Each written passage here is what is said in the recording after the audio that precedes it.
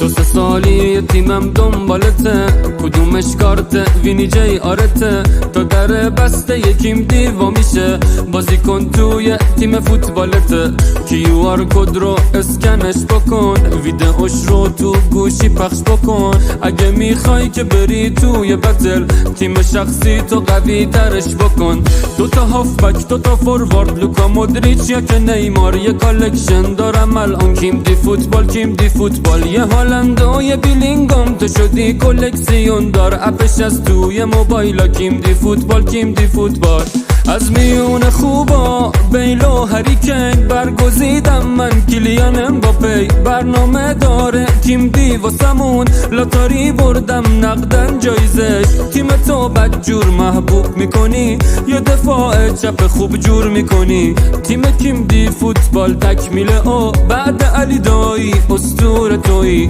دوتا هافبک دوتا فوروارد، لوکا مودریچ یک نیمار، یه کالکشن دارم الان کیم دی فوتبال، کیم دی فوتبال.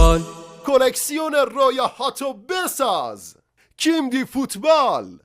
دو سه سالی تیمم دنبالته، کدومش کارته وینی جی آرته، تا در بسته یکیم دیوا میشه، بازی کن توی تیم فوتبالته، کیو آر کد رو اسکنش بکن، ویدئوش رو تو گوشی پخش بکن، اگه میخوای که بری توی بتل تیم شخصی تو قوی ترش بکن. دوتا هافبک دوتا فوروارد، لوکا مودریچ یا که نیمار، یه کالکشن دارم الان کیم دی فوتبال، کیم دی فوتبال، یه هالند و یه بیلینگام، تو شدی کلکسیون دار، اپش از توی موبایلا، کیم دی فوتبال، کیم دی فوتبال. از میون خوبا بیل و هریکین برگزیدم من، کلیان امباپی برنامه داره تیم دی واسمون، لاتاری بردم نقدن جایزش، تیم تو بدجور محبوب میکنی، یه دفاع چپ خوب جور میکنی، تیم کیم دی فوتبال تکمیله او بعد علی دایی اسطوره تویی،